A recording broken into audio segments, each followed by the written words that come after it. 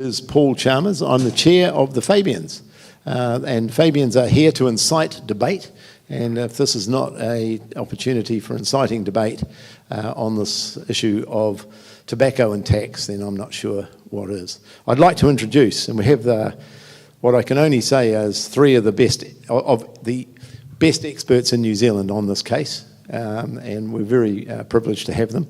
First up, Boyd Swinburn. Boyd's here. He's the co-chair of Health Coalition Aotearoa. His day job is a public health physician and a professor at the School of Population at the University of Auckland.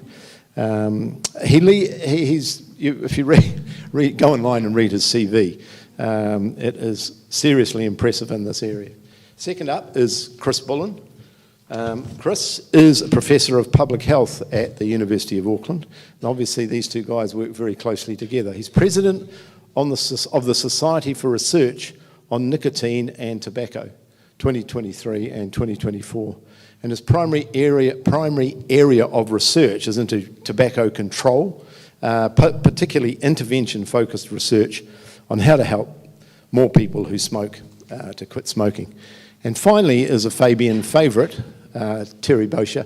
Terry has done work for the Fabians, and out of that work came a very good book, Tax and Fairness, co-authored with MP Deborah Russell. Terry has done a lot of work in looking at capital gains tax, for example, and will comment on the implications of this crazy idea that we take money off excise duties for tobacco and fund tax breaks.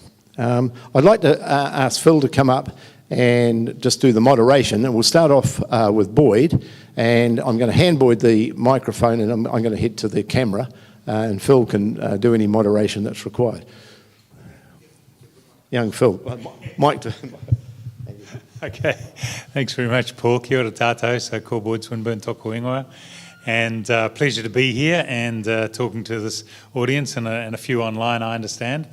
So as Paul said, I co-chair Health Coalition Aotearoa, so that's a coalition of about 40 or 50 odd health organisations that are working to try to get policies to reduce the impact of unhealthy substances in our community, and those are tobacco, alcohol and unhealthy food, which together contribute about a third of the loss of healthy lives in this country. So they are, the three of them together really account for that. And before the election, it was pretty clear that we were going to get a change of government, and the Health Coalition had done a lot of work in supporting Aotearoa, getting the legislation through around the Smoke-Free Amendments Act. And we kind of rather hoped that was bedded down and we could get to focus a little bit of attention on alcohol and unhealthy food and get some policies in that area. But then in November, when these coalition agreements came out, 15 pages of them, down at the bottom of the health section, and both of them were bullet points to agree to repeal the Smoke-Free Amendments Act, which came through in the end of 2022. So I have to give credit to Aotearoa, who was Health Minister at the time, only been Health Minister for a relatively short space of time, and she really pushed through what is really world-leading tobacco control measures, which Chris will talk to you about the details of that. So I just wanted to really talk a little bit about the politics and where this kind of sits in the political spectrum, because this was totally unexpected. None of the political parties that are now formed the government campaigned on this at all. Only New Zealand First had it sitting somewhere in their manifesto. I haven't printed off their manifesto, but something's in there. But they didn't actively campaign on it. And that sort of comes out to say, well, why is this happening? What's driving this? And if there's been no public debate about it, there's been no public pressure about it, there's no experts around that agree with it, why has it come? And there has been quite a bit of digging. around about the tobacco industry influence or potential influence in these policies. Now, the tobacco industry is sitting there with bags and bags and bags of money that they don't really know quite what to do with, because they can't promote their product in this country, and yet it's going down. They don't really care about New Zealand too much because our smoking rate's now under 7%. But what they really care about is the precedent that New Zealand will set if this legislation goes through. And I'm sure the thing that they're most worried about is the denicotinisation part of that policy. And so the tobacco industry will put a lot of effort into trying to prevent that being the first domino for a whole lot of domino effect around the world, just like we saw with the plain packaging in Australia when Health Minister Nicola Roxon pushed that through. You know, it was several years and millions of dollars fighting the tobacco industry just to get that, to fight against that plain packaging, including Philip Morris changing its headquarters to Hong Kong so it could take advantage of a Hong Kong-Australia free trade agreement to try to block it on free trade basis.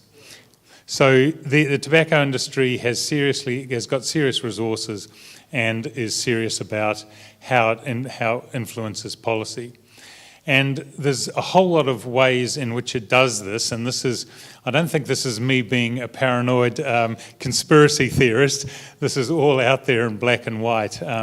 The tobacco papers, which came about as a part of the agreement in the US around tobacco, all of their internal documents show the mechanisms that they use to influence policy. So, yep, there's funding political parties, there's standard bribery and corruptions where there's a lot of corruption. But there are also things like changing the narrative, influencing the science, trying to get people into positions of power, seeding doubt about the science. So lots of strategies that they use. And so when this came out, we said to say, well, whoa, where is this coming from? And this has got all of the fingerprints of the tobacco industry all over it. The policies that they're putting forward, like the repeal of this act, but not only that, they also wanted to put a freeze on the increase in tobacco tax, and we just went through all that kerfuffle in the last couple of weeks, the regular increase by CPI. They have been bringing in oral tobacco and the tobacco pouches and snus and those things which are illegal here, and there's no pressure or demand for those.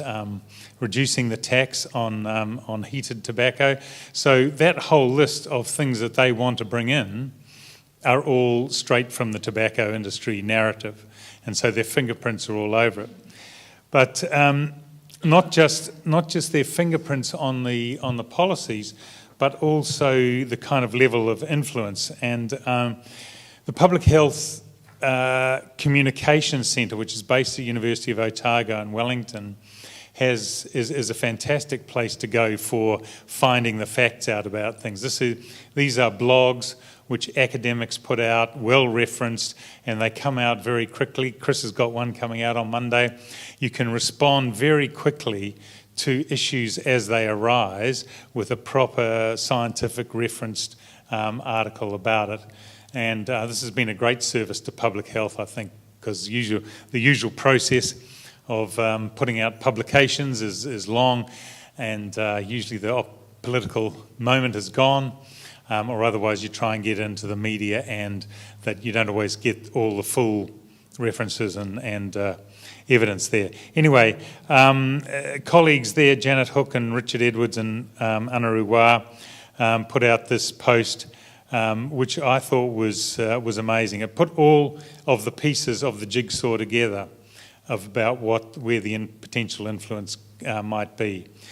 And with the National Party, while they didn't campaign on this, The third most powerful person was Chris Bishop, was a lobbyist for the tobacco industry. It just came out subsequently that the Prime Minister's sister-in-law works for the tobacco industry also in the government relations space. Not that I'm implying that he has had any influence from her on that, and he's denied that there's any influence there. So there's not that implication. But with New Zealand First, the two people, R.P. Dawson and another guy, I've forgotten his name, Daniel someone, who have both worked at high-level positions within New Zealand First and now work for the tobacco industry. So the back and forth between them and the tobacco industry is quite strong, and their relationship is very strong. Shane Jones has said that they have been very, that they're close. The RP was at the swearing-in of Winston Peters, the new government. You only usually bring 3 or 4 people to your swearing-in. It's usually your family, but in Winston Peters' case, it was R.P. Dawson. With the ACT Party, the person who's leading this, Associate Minister Casey Costello, she has been a spokesperson for Hobson's pledge, which sort of puts her in that kind of political space. But I think more importantly, she has been chair of the Taxpayers Union. Taxpayers Union is a network of unions around the world that try to promote sort of right-wing think tank issues closely related to the Atlas network, which is a well-funded network in the same way. And they are funded by tobacco industry. They're funded by lots of things. Their funding is opaque, but British American Tobacco have stated that they fund them. How much money it is, I don't know. Nicola Willis was also on the board of the New Zealand Initiative, which also gets funding from the tobacco industry. So lots and lots of connections. Now, this is not to say that they come and, haul them up and say, yes, you've got to have this in place. But it's kind of normal. It seems like it's kind of normal on that side. It's just normalised. Tobacco industry is just another industry. And so what's the big deal? But also I think all this kerfuffle with Casey Costello recently when she put all these papers to the Ministry of Health and they got leaked, and Guy and Espiner reported on that, and she came up and had to front the media on where these questions and where these papers came from, where the comments came from. She said, well, it's just part of a broad range of things I asked for, and Guy and Espiner was able to say, no, I've got the piece of paper to show that you've ticked the space, that you specifically want policy advice on this particular issue, which was that list of tobacco industry wishes, their Christmas list that I mentioned. So she did specifically ask them, and she was fudging it a lot about where did this come from. I don't know who wrote that. Oh, we took it from the party's manifestos. Okay, well, who wrote those parties' manifestos? Who wrote the policy pieces for that? And I think there's a lot of questions that she still needs to face. So, the political scene is pretty murky, but if you know enough about how these industries operate and you know the methods that they use, you stand back and you look at these pieces of the jigsaw that are in place now, it's pretty obvious. I don't think it's a conspiracy theory. I think there are fingerprints all over it. So kia ora, I'll leave it there and I'll hand it over to Chris to tell you all about the science.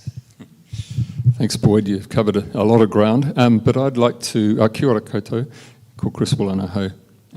Thanks very much for the opportunity to be here this evening. So I'd like to pick up on one of those thoughts that Boyd just mentioned, which is these often heard arguments, which we call almost verbatim use of words and terms that are echoed by proponents of of maintaining the status quo, if you like, with tobacco. And they come straight from tobacco industry, and it's uncanny how they seem to turn up in speeches by our politicians and lobbyists and so forth for the tobacco industry. So the article I've written actually referred to is actually called zombie arguments, because they keep coming back from the dead, even though there's lots of empirical evidence to refute them.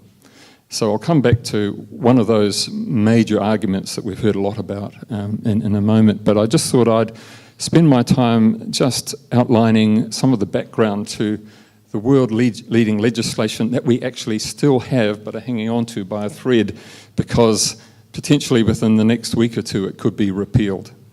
And this is the Smoke-Free Environments Regulated Products Act, which had its roots in the Smoke-Free Environments Act 20 years ago, and it was absolutely world-leading comprehensive package of tobacco control initiatives. And it was initiated by Maori leaders, Dame Tariana Turia, Hone Harawera, and others were absolutely critical in getting that off the ground and calling the tobacco industry to account in select committees. There was a Maori Affairs Select Committee process that went on, and that led to our Smoke-Free 2025 goal. We also had wonderful sustained political leadership over successive, whatever side of the divide there is. We had Helen Clark, but also national governments. In fact, it was under the National Party that Smoke-Free Environments Act was signed into force. So until now, when this new government took effect, the direction of history has been towards progressive, world-leading legislation based on empirical scientific evidence from the world and in New Zealand, that and taking the public with us, massively supported and endorsed even by people who still smoke. The majority of people support the direction of travel with the legislation. So the new act, which was passed in December 2022, that Aisha Verrill pushed into, she worked really hard to get it across the line, really is outstanding. And for about a year, I sort of basked in the glory from international colleagues, because they couldn't believe that a government would have the guts and the respect for science to take the bold leadership that it did in this space. So we had these three outstanding strategies. And the first was a reduction in retail outlets. So first of all tobacco outlets had to get a license. That's still in place. There's a tobacco licensing authority. And we did a survey and estimated about 6,800 tobacco retail outlets in New Zealand. Government said they would reduce it to less than 600. And they would do that pretty much overnight by managing the licensing regime and distributing it to try and do it in a fair, manageable way. So people could still legally access tobacco, but it would be harder to get. And there's plenty of evidence from research to suggest that that would be an effective strategy at making it a little bit harder for people to go and get their smokes at the dairy on the corner or the gas station or wherever. It would just be that much harder. And that would make a difference. It would make people who are motivated and entertaining the idea of quitting smoking just say, well, it's just not worth it. It's another thing I have to do. I think I will quit smoking. So that's an evidence-based strategy, a lot of evidence behind it, and that is at risk. But the most important strategy, I believe, which was most likely to lead to equitable health outcomes, in other words, dramatically reduce smoking among Māori, who still have some of the highest rates of smoking in New Zealand. And it's a cause of 2 years of the 7-year life expectancy gap between Māori and non-Māori New Zealanders. So in other words, if all Māori stopped smoking tomorrow, we would see very rapidly a reduction in the adverse health outcomes and events. And over time, we'd see a reduction or an improvement in the life expectancy. And that would match Pākehā. If we just took out the smoking, that would start to approach the life expectancy that Pākehā New Zealanders enjoy. But this idea is denicotinisation, and that is to produce tobacco that has no nicotine effectively in it, 0.8 milligrams per gram of tobacco, which is a sort of threshold that if you get below that, they're non-addictive. No matter how much you puff and suck and how frequently you do it, you're just not going to be able to get enough nicotine to sustain your nicotine addiction. So people will find their nicotine in other sources, like nicotine replacement therapy, We've got a relatively liberal approach to vaping. That's a whole other story in New Zealand. But for people who are smokers, the evidence is strongly supportive of vaping being an effective quit smoking strategy. However, it maintains nicotine addiction. For non-smokers, it's a really stupid idea, and we need to do more about that. Okay, so we had retailer reduction, denicotinization, and that promised to really dramatically reduce smoking to meet the 2025 goal for Māori and non-Māori New Zealanders. And the third strategy was what's called the smoke-free generation, which ironically the UK government's picked up. A right-wing Tory government has thought, that's a great idea, let's run with it. Whereas our lot have decided to biff that out. But that's like turning off the tap of future smokers. So if you were born after January the 1st, 2009, it would be illegal to be sold tobacco. So the crime is selling or supplying, not buying.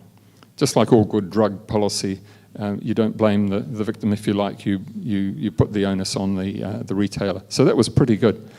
That's been called prohibition by another name and all that sort of thing. But actually, we've got a defective product that kills half the people who use it a long period. So I think it's incumbent on good governments to actually try and do something about this defective product that's become, has been until relatively recently pretty much normalised in society. So that's some of the background, and that's why I couldn't speak for about 2 or 3 days when I heard after the election that this was likely to be repealed. And then to add insult to injury, Nicola Willis on Q&A on Sunday morning said that it was going to help sustaining the smoking population would have helped us to make the tax cuts affordable, which, I just about needed resuscitation and ICU. When I heard that, I could not believe I was living through, it was wake me up. Anyway, so that's some of the backdrop, and as Boyd says, there's been a well-coordinated response to try and refute the underpinnings of some of the arguments that have been trotted out, which come straight from the tobacco industry playbook, and you'll see them in other dangerous consumption products that various industries try and promote. One of the major arguments you'll hear time and time again is that of strengthening and emboldening the gangs and criminals through growing the illicit trade in tobacco. So there's no question tobacco is grown in New Zealand, homegrown. You can actually grow a few kilograms for personal use. If you try and sell it, you're doing the government out of excise tax, and so if you don't pay your taxes on your tobacco, you're breaking the law. If you try and smuggle it into the country in some way, you exceed the duty-free allowance, put a suitcase full of cigarettes, or you try and import it hidden in washing machines or some such, then you're going to be pinged if you get caught out. So the criminal gangs still smuggle tobacco in. It comes in the mail, it comes in by ship, it comes in by plane, disguised as other things. If you go onto Facebook Marketplace, you can buy loose tobacco, it's for sale. Through informal networks. However, the direction of travel with illegal tobacco is actually in decline.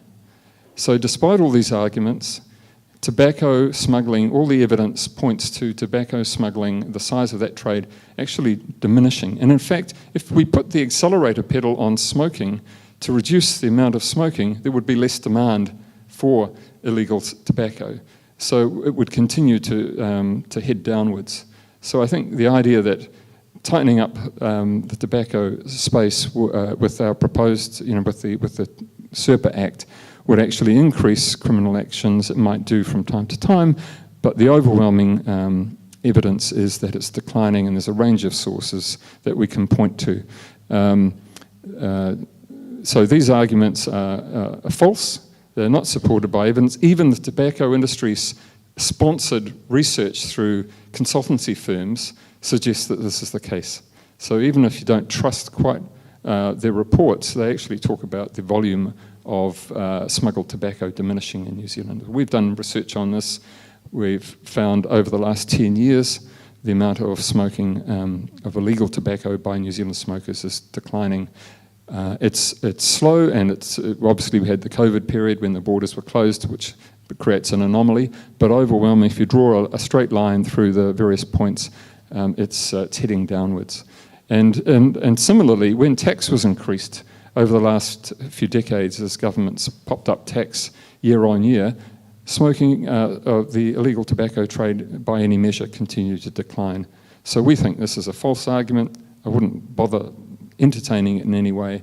There may be blips of smuggled tobacco, but it's just an example of how these ideas take hold amongst our politicians and others who want to support the growth of the tobacco industry again, and we need to look at the evidence and remind them that they're making some really bad decisions, which will play out for generations in the lives of many New Zealanders, particularly those most vulnerable. Thank you. Tēnā koe, Chris Boyd. Kia ora koutou katoa, me nau mai haere mai, ko Terry Boucher aho. And thank you, Phil and Paul and the Fabian Society for inviting me back. Very, very flattering introduction. The check's in the mail. Yes, quite a story this. And first of all, when Nicola Willis pops up, you think, wait, what? We want more people to smoke because we want the tax revenue? Well, I'm not entirely sure if Nicola is yet across her entire portfolio. And I'm not the only one to think that. But this is just to put some stats around what is happening with the direction of tax, because Chris just mentioned it. We've got data easily available for 25 years from the government's financial statements about the proportion of excise revenue represents of the total tax take. So for the year to June 1999, it was $714 million, or about 2.2% of the total tax revenue of that time. And that actually remained fairly constant until 2021, when it starts dropping. It fell to 1.6% then. In 2022, it was 1.7%. And for the year just ended, June 23, it's 1.5%. So the amount is suddenly falling away. The number is still a large number. For the year to June 23, it was just under $1.7 billion. But the amount has been declining since quite steadily over the last 5 years. And that will be the effect of this long-term trend of stopping people smoking, encouraging people not to smoke, and the price point. Because tax is easily affected by behavioural thing. I've worked in tax for nearly coming up 40 years now, and we see a lot. The tax is very attuned to behavioural impacts, and price is clearly one, but pressures, social pressures on that. It's interesting to see. I've been, coincidentally, my arrival in New Zealand in 1993 coincided with the first smoke-free act not banning smoking in the bars. Now, that was quite something coming from British bars with smoking. You were always washing your shirts, etc. the next morning, even if you didn't smoke. But we've seen all that replicated around the world. And as Chris just pointed out, Rishi Sunak's government in the UK, which is a government of donors for donors by donors, has decided to follow our example. So it's really perplexing to see what's going on here. And the cynic is still trying to grasp what exactly the intention is behind that, because long-term, basically tobacco is a sin tax. Excise duties are a sin tax, and they're designed to drive down, stop that behaviour, because the government wins on the other end of that. Health costs decline. We don't spending so much on public health, and you, Chris and Boyd will have the numbers here on dealing with people in cancer and smoking, and the byproducts of that. So it's a bit of a win-win for the government. On the other hand, as the cynic says, well, they live longer, so that costs us more in New Zealand superannuation. But I think it points, if I'm trying to get my head around what's trying to be done here, there isn't much logic to it because of because the long-term trend is towards zero. There'll be a hard core, which probably get down to about 4 or 5% who will always be smoking them, and until that generation flushes through, I'd expect the tax take to stabilise around 1%. So I think you do have to step back and look at what Nicola Willis said. She said the quiet part out loud, and the numbers don't balance. Craig Rennie, the CTU's chief economist, was the man of the match a player of the match during the election campaign, because whenever he lined up Nicola Willis's Nationals tax policies, he scored a goal. And I worked with a number of times. He came to me and said, look, I think this is an issue. Can you check the numbers? And sure enough, he had it right. But he was in Treasury, so he's a very, very sharp guy. And it was been quite apparent for quite some time that the numbers just didn't add up. And knocking out the foreign buyer tax is basically knocked over National's plan around its tax cut packages. And they're clearly scrambling around to fix that hole. But the approach they're taking is really finding every possible penny down the back of a sofa from anywhere.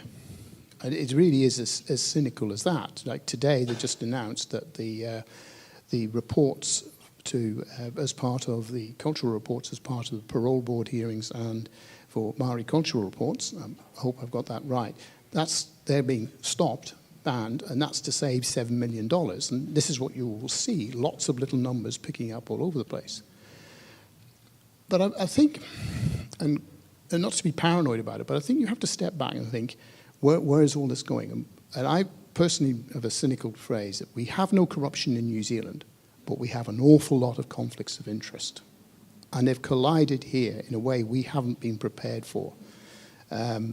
We knew about Chris Bishop's role in that, but we never think that he would be part of a government that would be so brazenly overturn decades of bipartisan approach on this.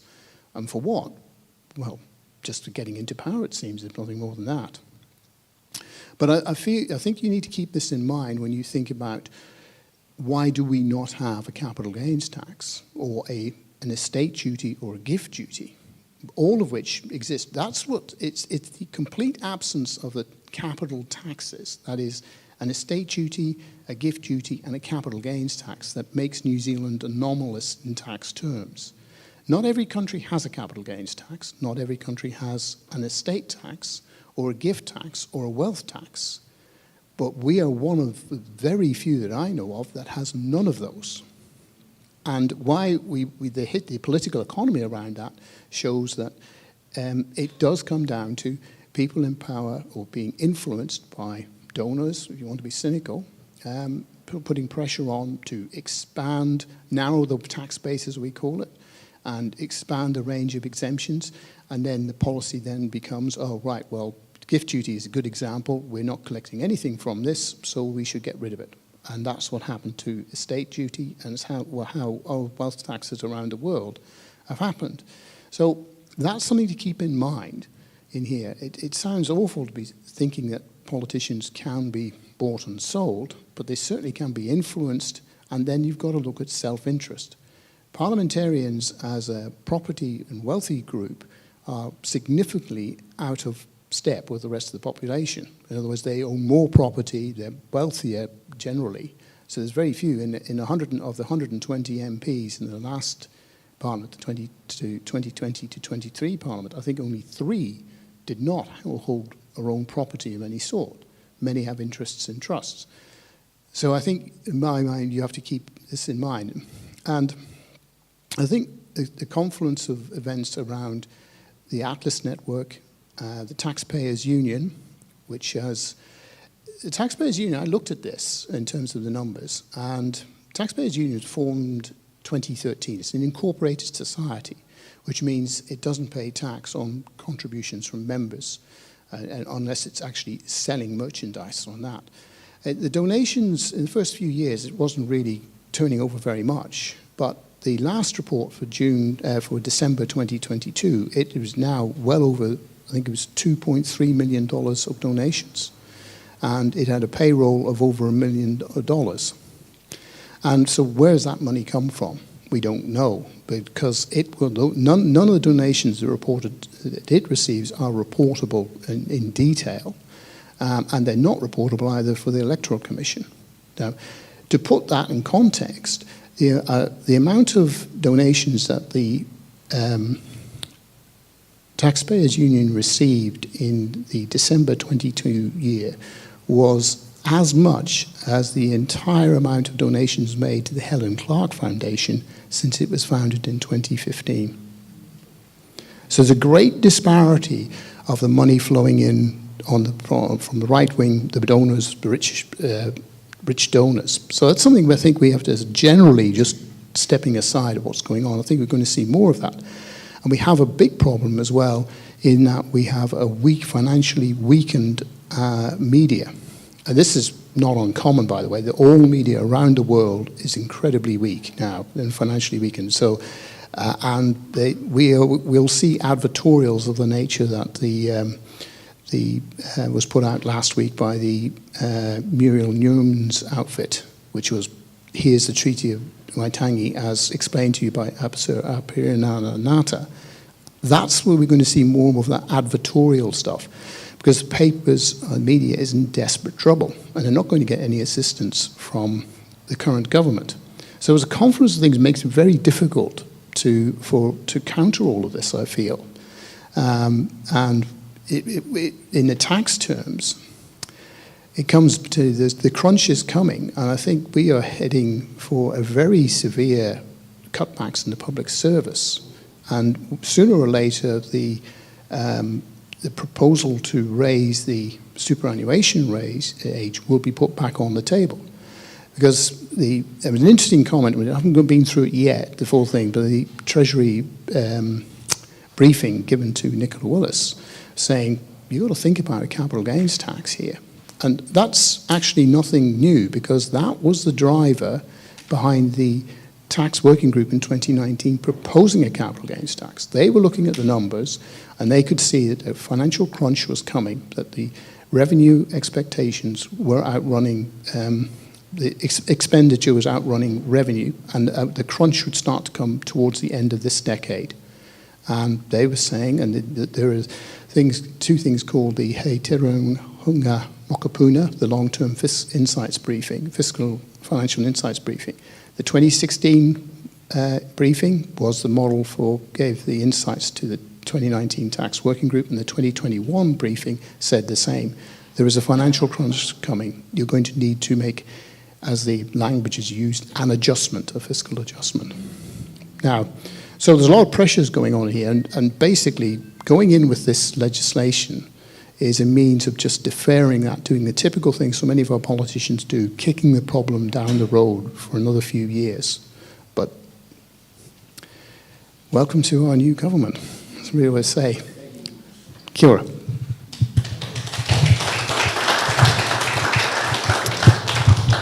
Well, that's pretty impressive. It's a lot of information, and I'm sure there are questions in the audience, so let's open it up for a discussion. Can I ask for anybody from the tobacco industry to acknowledge their own? Sir, at the back. Given what you just told us, why didn't the last Labor government take the opportunity to bring in a meaningful wealth tax? Pass. I mean, it wasn't as if it wasn't being asked for. It wasn't as if the other party wasn't looking for it. It just, we got to a point where somebody made a thing called a captain's call, which completely gobsmacked us all. It pulled the rug out from under our legs. We didn't want it. The party wasn't saying, hey, how about having a stall on this thing? We weren't doing that. Someone else did it in Parliament in our name. I'm sorry, it happened, but I can tell you now, it's galvanised a lot of people within the party to think that that will never happen again. And we've got to get back to ensuring that it doesn't, not only in terms of having a tax policy which can be implemented from day one. I'm sorry if I'm answering a question which wasn't really in the panel, but we need to have a tax policy which we know what it is, and it can be implemented from the time we enter into a government. And at no point can it be cancelled out by something as trivial as a captain's call. It's got to be stable, which actually means that we've got to have a tax policy which we know how to implement. You don't have a tax policy and then ask for a bunch of experts to tell you what should be in your tax policy. You actually have a tax policy, then you implement a tax policy. Another question. Thanks. Just a quick comment on that. Oh, I'm sorry. Sorry, a quick comment on that. Yeah. I think that you've got to take people with you on that. Oh, yeah. There is an information package that needs to Yeah. to explain why system currently is making the world wealthier and actually, just making it poor poor and actually making middle class. Like I really agree with that. And, That's a really important thing. yeah, I can tell you that it's part of the role of the Fabians to make sure that enough panels, enough speakers, enough opinion is brought forward into the public domain to enable us to have an educated audience that understands what we mean when we say we're going to do these things. But on that point, with respect to this subject, I just want to say something about how great it is to have the public health communication centre, because that is, and one of the questions I think is, how do we mobilise the voices of the public? I mean, everyone here will have, they're here because they're sympathetic to this, they're interested in it. Every single one of us will know a person, will know another person, will know another person. How do we actually do this? And actually, one of the things, the great things, is that information is coming out of PHCC. It's, it is evidence-based, it's really sound, it's short, it's concise, it's intelligible, and it's actually real time. Yeah. It's remarkable. I just want to congratulate you for that, because it's bloody good. Gentlemen, you can share that one between you. You've got a lot of knowledge. You go first. Yeah, and just on that about how do you get the message out, I say Christopher Luxon has done something remarkable in uniting Maori. And the voices are loud and clear, I think.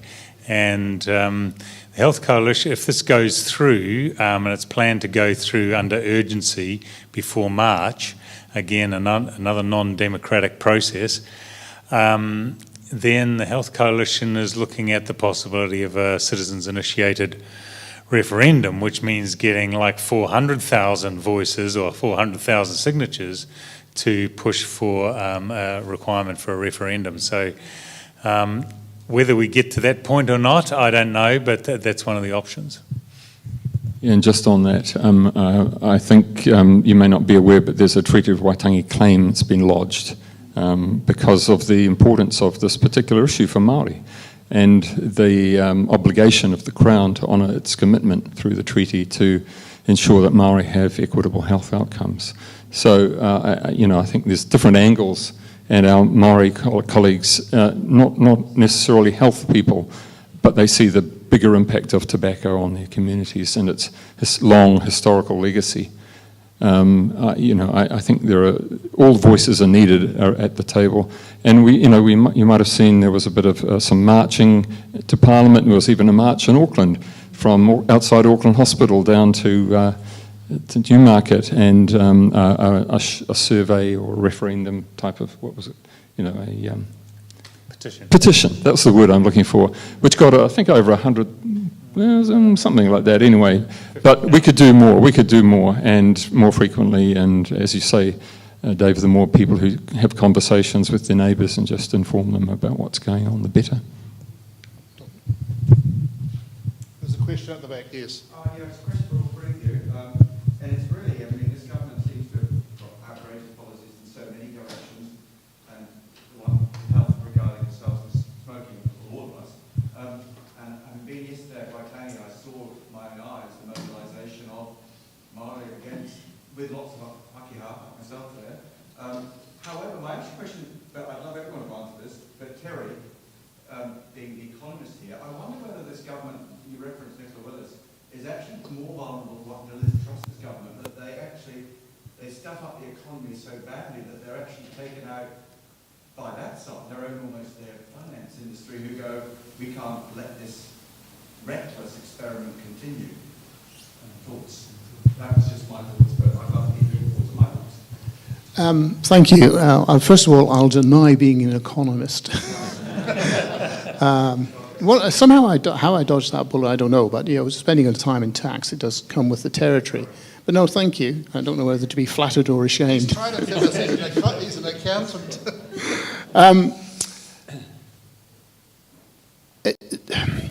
I was at the half-year economic fiscal update.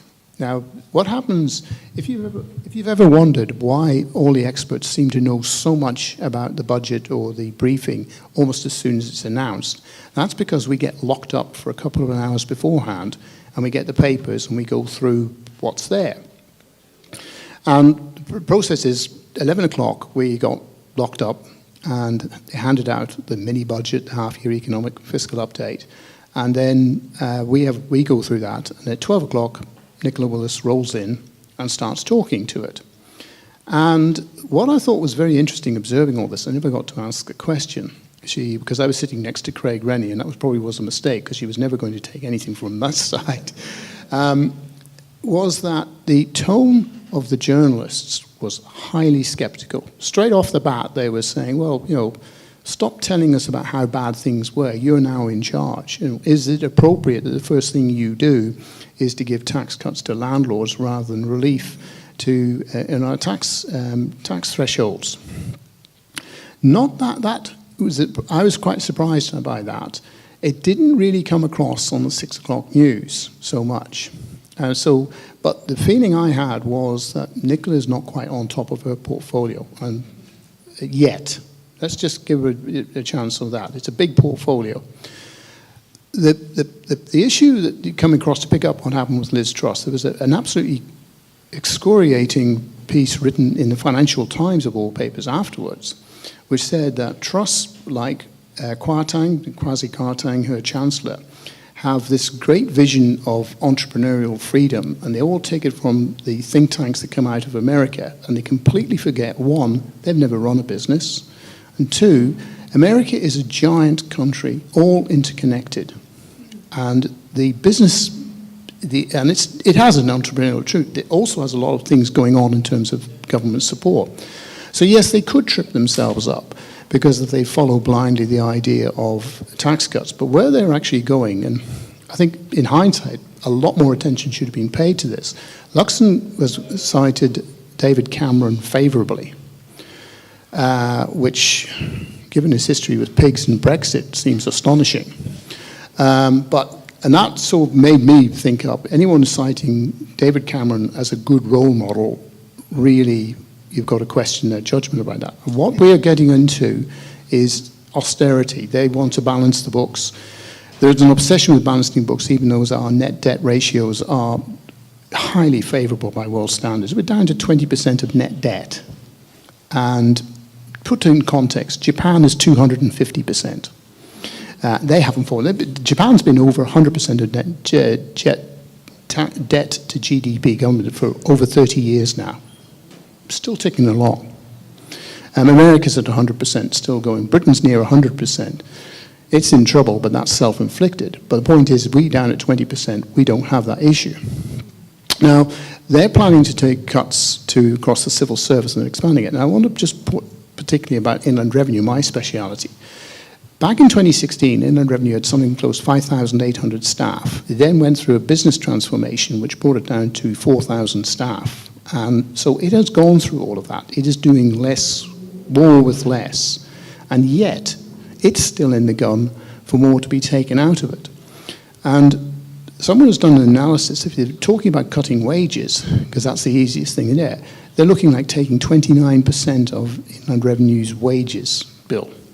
Now that's hundreds of staff going at a time when I, as a tax practitioner, think, I can't get hold of you guys. So yeah, there is a risk that they're going to crash the economy by driving it into a recession without really thinking about it.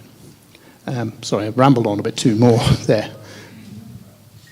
You got to follow on. Well, it's to all of you. So what, in your opinion, if this government is to fall, what will be the over what? Will it be its health policy? Will it be the policy towards marketing? Where do you see them potentially reaching? Now you've done the finance side. I just wondered what your views are. Or do you think they're going to get away with it all? I think they're going to get away with it. I did constitutional law. Sorry if I'm grabbing the phone again. I did constitutional law, and I remember Lord Hailsham's maxim that Britain is an elected dictatorship. He wrote that in 1974 before he became Chancellor, Lord Chancellor under Thatcher. We're even more of a dictatorship because we have a single unicameral parliament. And MMP, strangely enough, locks in majorities. A majority of 2 or 3, which under a first past the post would be seen as vulnerable, is nothing under MMP because of the list system. you would need a catastrophic car crash to take out 5 or 6 constituency MPs before you would have a crisis. So I think so long as they can keep talking to each other nicely, they'll get through.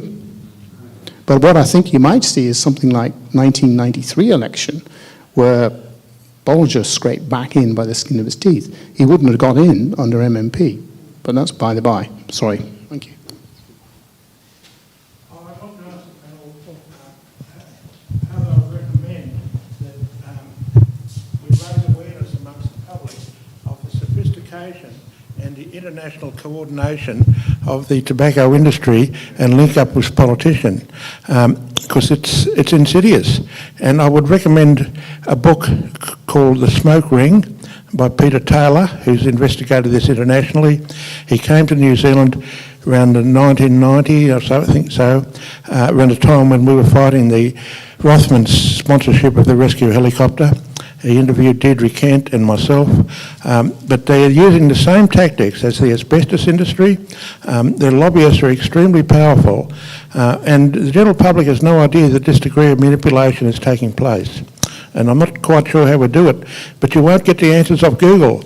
People think that Google is an archive. If you Google Winfield helicopter, you get bugger all. And it's just, it's a problem, it really is a problem. Thank you. Thank you. Is there a comment? Yeah, so it's a tough one because the tobacco industry is very wealthy and very smart. They've been at this for a long time, and a lot of other industries are playing from their playbook. Another project that Health Coalition is working on at the moment is trying to get lobbying legislation. We have zero lobbying legislation in this country. The revolving door process is Chris Farfoy highlighted that, but we just don't have registers of lobbyists. We don't have open ministers' diaries and so on. So. It's a bit kind of deep and political and policy wonkish, talking about lobbying laws, but I think that'll be part of it. But the tobacco industry will still find ways around it. We do have the Framework Convention on Tobacco Control, which we are party to, which is a legal document, and governments have to abide by it, especially Article 5.3, which says that they are not, they should have no more than minimal contact with the tobacco industry. Any contact they have has to be open and transparent. And I think to date that has been fine, but it's a bit silent on what happens if the policy gets developed in political parties before they come into government, and then they can quite rightly say, well, we don't have any contacts now with government, and Casey Costello can put a hand on her heart and say that. So FCTC doesn't quite reach into the space where this policy is being developed and run through the organisations. Perhaps I could add to that one of the other friends of the Fabians, as far as we're concerned, has been the long history of contributions made by Max Rashbrook, and Max is currently writing and publishing in this area, and I'll have a little bit more to say about another event that's coming up where the Fabians will return to some of these issues. Any further questions? I have a question about academics and public policy. Are there any clouds on the horizon which might shut you guys down, like Susie Wiles? Being closed down. Yeah, I mean, I'm sure David Seymour would love to close you down. Can you say something about academics driving or participating in forming public policy? Yeah, I'll have a crack at this, and then Chris will have something to say. I'm a firm believer in academic advocacy. You know, if I was a doctor in a hospital and I saw bad things happening and they were because of policy problems, I'd jump up and down about it and try to get good outcomes for my patients. That's my responsibility. As public health physicians, I think we're in the same position. We do research like Chris does on tobacco. If we're not advocating for that for the benefit of the health of the population, then I personally don't think we're doing our job.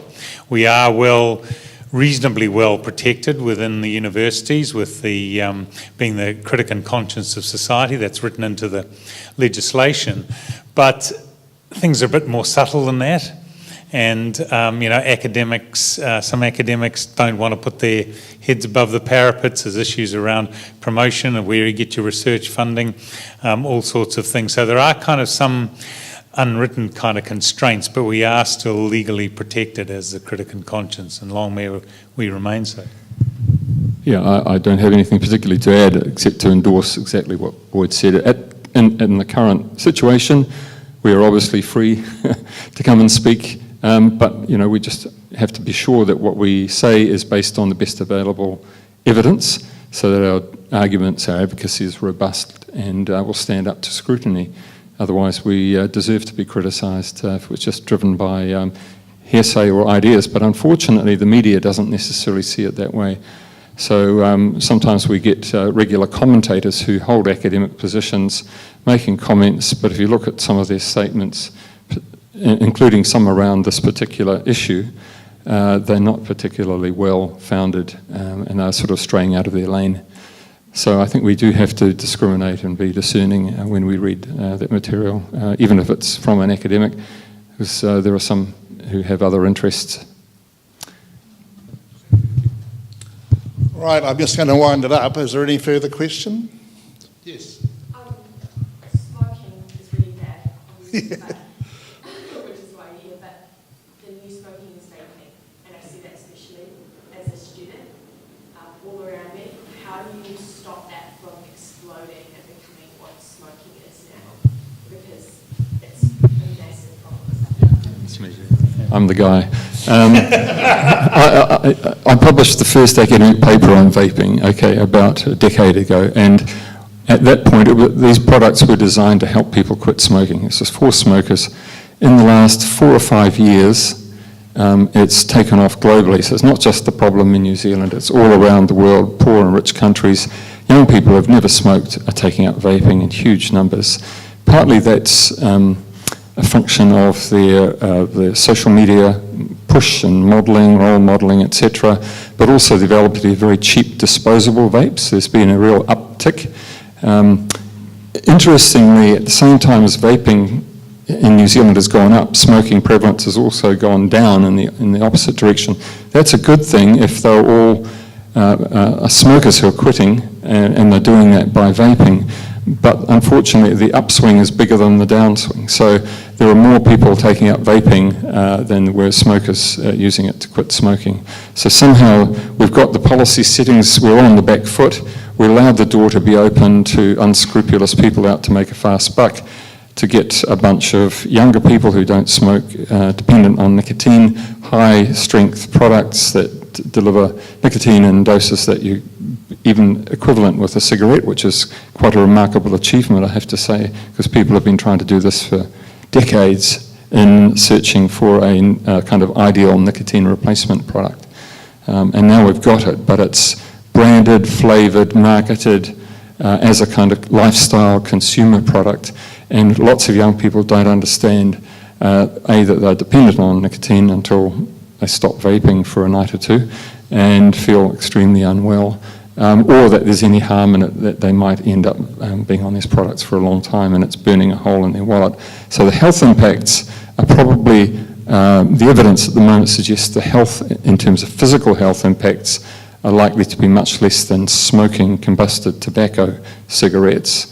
But a broader take on health harms would think about psychological, social, educational, and economic impacts on young people particularly who become addicted to vaping. So ironically, having written smoking cessation guidelines that mentioned using vapes to quit smoking, I'm now writing vaping cessation guidelines from the Ministry of Health, which is, I think, testimony to the cunning and the power and so forth of industry to turn a product that was ostensibly a reasonable sort of thing to add to the mix to help smokers quit, and has been sort of turned to the dark side. So I guess it just speaks to the inventiveness and the rapid changes that can occur in this area.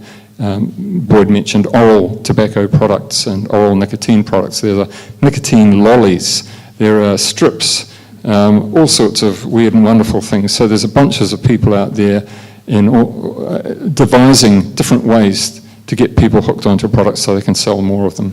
And Ruthless, yeah, exactly. I thought it was somebody's name, but yeah, ruthless bastards. That's the next Minister of Finance. Yeah, that's right. Just to add, thank you very much for the question. What about raising the excise duty on vapes? Because it's currently only 15%. Just for the record, the tobacco is $1,777 per kilogram, and vapes are $266, so 1/6. So I would have thought that's possibly an option. And there's another question I meant to raise earlier. What about legalising marijuana? Now I bring that up because I'm not a smoker at all. I've never smoked any of this stuff, but I watch trends around the world in tax, and Colorado was the first state to decriminalise. It's a population of $5 million, so it's a really good control sample in terms of tax revenues, and it's worth about. Got to wrap up. Never give a tax man the vibe. Yeah, I'll leave it there. Yeah, look, thank you very much. Thank you, Terry. I appreciate it.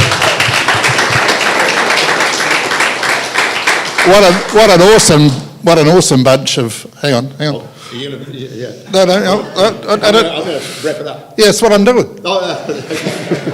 What an awesome bunch of speakers and a lovely lot of material. I really take up the point Brian made about what could this do to jeopardising the role of an academic in an institution. And I just want to remind you that part of Fabian's mandate is to create solidarity across those many communities which could be under attack, and to create the sense of knowledge and the sense of purpose by which we will need to reunite, whether we're coming at it from a point of view about the environment or climate, domestic violence, poverty, whatever it might be. We've all got a responsibility to show solidarity to those who will speak out and advocate on behalf of the issues as they are developing, and in terms of the power structures which are negating the chance for change and need to be repelled by solid scientific arguments. So I really do appreciate how well these three gentlemen have presented us with material tonight, and I want to thank them very, very much for their contributions. I also want to say that the concept of the Atlas Network has cropped up several times tonight, and as it happens, the next Fabian session we're having will be back here in the beginning of March. Greg Presslin, some of you might have seen on the Standard website, has written a New Zealand response to a very interesting article that Monvoigt has published in The Guardian about the power of the Atlas Network influencing British politics and British media, and how that network has captured the narrative and tends to distort facts for its own purposes in the European and also, of course, in the American context. And they're in Europe and they're all across wherever elections are being held. The Atlas Network seems to be trying to have an influence. And Greg has written a breakdown of that, which again raises questions between the relationship with the Taxpayers Union and the Atlas Network. And we're lucky enough to have Greg present the material that he got for New Zealand, and we're going to have Max Harris as a contributor to that discussion. So that will be quite a formidable little team of people. Please watch the space for future events. If you want to know more about the Fabians, go onto the website, and the most important button on the website, of course, is the donation button. So I would love you all at some point in your future to access that button, to think of a number and double it, and make that your donation to the Fabians. Thank you all very much for coming tonight, and I wish you all a good trip home.